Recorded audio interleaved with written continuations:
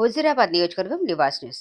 Telangana bar association council ఆధ్వర్యంలో Huzurabad bar council అధ్యక్ష పదవికి ఈరోజు బార్ కౌన్సిల్ ఎన్నికలు జరిగినవి. కమిటీ సభ్యులు నక్కా సత్యం, నల్లా భూమిరెడ్డి, జేమ్స్ అమరేందర్ రెడ్డి ఆధ్వర్యంలో ఎన్నికలు నిర్వహించడం జరిగింది. ఉత్కంఠభరితంగా సాగిన ఈ ఎన్నికల్లో బండి కళాధర్పై వై అరుణ్ కుమార్ భారీ ఆధిక్యంతో విజయం సాధించారు.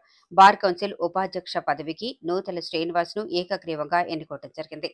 బార్ అసోసియేషన్ నూతన అధ్యక్షులు అరుణ్ కుమార్ కు కమిటీ సభ్యులు విజయ పత్రాన్ని అందజేశారు. అనంతరం తోటి లాయర్లు అరుణ్ కుమార్ ను పూలమాలతో సత్కరించి తదుపరి టపాకాయలు కాలుస్తూ రంగులు చల్లుకుంటూ సంబరాలు జరుపుకున్నారు.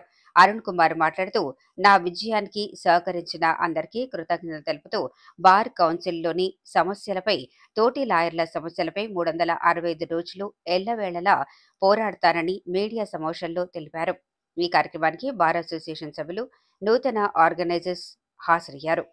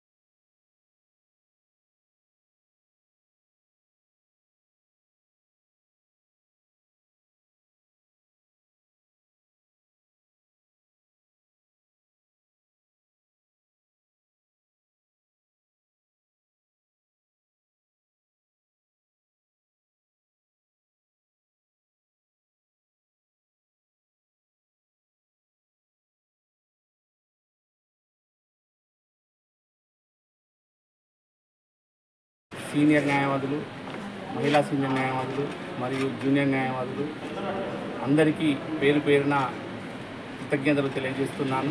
నా యొక్క చక్కటి విజయానికి సహకరించిన ప్రతి ఒక్కరికి పేరు పేరున ధన్యవాదాలు తెలియజేస్తూ, ఈ యొక్క కోర్టు అభివృద్ధికి నిరాటంకంగా కృషి చేస్తూ, మొదటి అదనపు జిల్లా జడ్జి కోర్టు రావడానికి నా సహాయశక్తుల ప్రయత్నం చేస్తూ, ఎటువంటి సమస్య వచ్చినా కూడా నేనున్నానంటూ ముందటుండి ఎటువంటి అసలు సమస్య రాకుండా ఉండడానికి కృషి చేస్తానని అందరికీ ప్రమాణపూర్వకంగా తెలియజేస్తున్నాను.